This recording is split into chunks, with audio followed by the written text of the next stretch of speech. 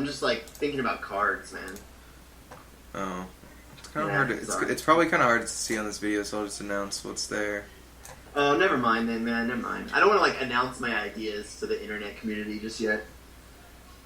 I'm trying to like brew, man. I want to be secretive.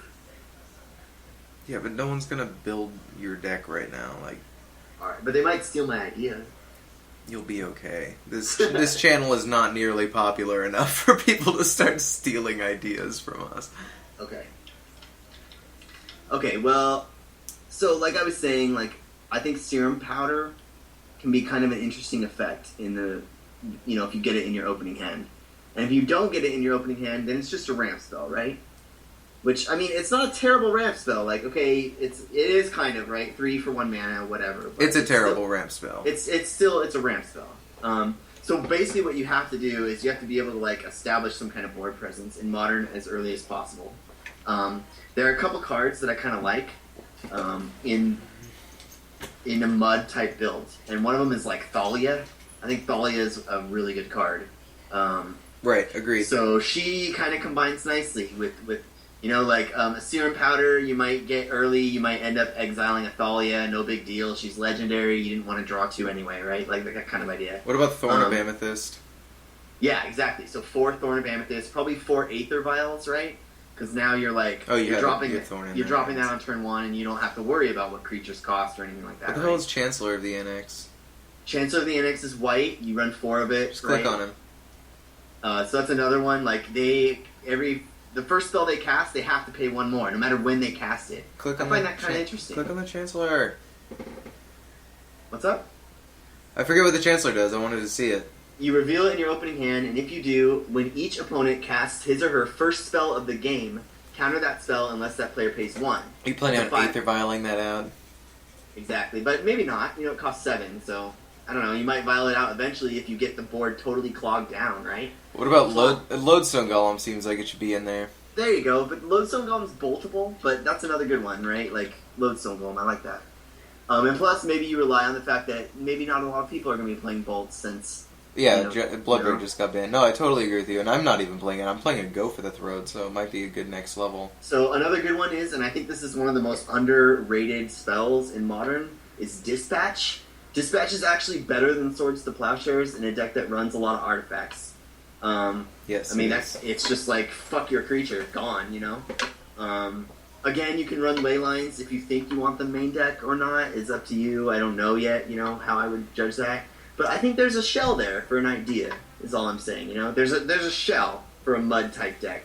The problem is getting control of the board as early as possible. A Thorn of Amethyst isn't helping you if they're dropping Curd Apes and fucking Goblin Guides, and, there's got to be a way to kind of get control of that board. Let me first start off by saying I think that Chancellor of the Annex is awful.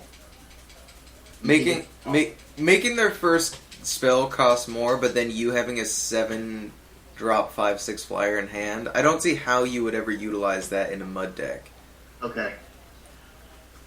I'm sorry, it doesn't... I get the idea, but if you're... I mean, I definitely think that main board Leyline of Sanctity is dangerous. I think you could easily have 4 in the sideboard. Reasonably. Main deck is a nutsy-ass thing to do. I get the Serum Powder because you're utilizing it as a ramp spell as well. But I'm not really sure because usually the reason... It will cost 1 more to drop a Thorn. Yeah, but usually mud decks are really good because... They're mana fucking their opponent, and usually they have lands to back it up. That's true. They don't have. There's no fucking Cloud Post. Yeah, exactly. Trinisphere is another one. Is there anything that adds 2 or no? I don't think so. I mean, they printed Thespian Stage, and they have Vesuva still. No, it's Cloud. That doesn't add 2 mana though. I know, but you have lands that can copy lands, so if there's one land, I don't know, maybe even play Tron, but... There's a lot of those lands that, they come into play, you gotta bounce a land to your hand, and they add 2, but you have to bounce a land to your hand, What about the Tron lands? You can play Tron lands. I think that would be the best thing that you have access to.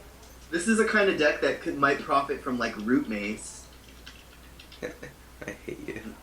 You know, you like drop a root maze and fuck them up real quick. I don't know. Like this is just like brewing an idea. You know, just talking about cards that might work in some kind of mud build. Yeah, no, you've been keeping this in the back of your mind for a very long time. I have.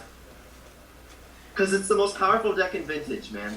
And I think we can kind of, like, learn something from that, you know? Like, the fact that it jumps on... Another one is Chalice. Chalice of the Void.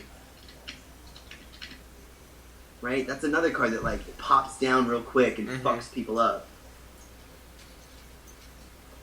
I just think it's something... And you're right, though. The deck is really based on that land base. Like, the Misho's Workshop probably is what makes this deck work. So, this deck might not work. I mean, at first turn Misho's Workshop into a Trinisphere is pretty broken. It was retarded. Sasha and I did some Vintage testing, and I was playing Mud. Yeah. Not only is it completely broken, but that is the easiest goddamn deck to play. You just play whatever the hell you can play, because every single card in your hand is the exact same thing. I don't know. It's just an idea. You're right, though. It's not going anywhere yet. At least I'm not good enough to, like, make it go somewhere. Dude, turn 1 Mishra's Workshop Mox into Lodestone Golem go against your opponent was just the fastest win. They're like, all my fucking Force of Wills cost more now. And they can force it out of their hand, but then, like, after that, you just drop, like, 2 of the Thorn of Amethyst effects. What's the other one called? Trinisphere? Trinisphere was also in the deck, but I think it's restricted. There's a Glow Rider. There's Thalia. Oh, I'm talking about Vintage. Those are all legal in Vintage. I don't know. A Lodestone Golem? What are you talking about? There's one more 2-mana artifact that says non-artifact spells costs 1 more to play. There is? Yeah, it's played in Vintage Mud. When we were doing testing, because I remember having 8 Thorn of Amethyst, but that one was even a little better sometimes because... You're talking about like Tanglewire or Smokestack? It plays Tanglewire too, but no, not Smokestack. Never mind. It's Vintage. It's not. I don't think there is one. I don't think you know what you're talking about here. You can eat my penis, Ryan. There's definitely... I don't know. Definitely I don't think there is. a 2-mana artifact that says... Spear of Resistance. Oh, there it is. Yeah, you're right. There it is. That card is good. I'm pretty definitely sure that does not exist. Alright, you're right. That card is really good. Yeah, it's sick. You're like, I drop a Soul Ring into a Spear of Resistance. Yeah, not to mention your mana base is disgusting with like Black Lotus, Moxes, Mishra's Workshops. Expedition map is played in that deck. But the point is, what I like about that deck so much is it's like, it jumps on top of you from turn 1. And I think that's part of what makes Jund so good, is like the Inquisition or Thoughtseize on turn 1 against a lot of decks is extremely good. You know what I mean? Yeah, no, I absolutely agree with you. I think interacting with your opponent as soon as possible is extremely important, which is why I love Rug Delver, is because it plays threats on turn 1 and 2, and then it defends them, or if it doesn't play those threats, then it's still like interacting at all times, which is why I choose that deck as one of my decks in Modern.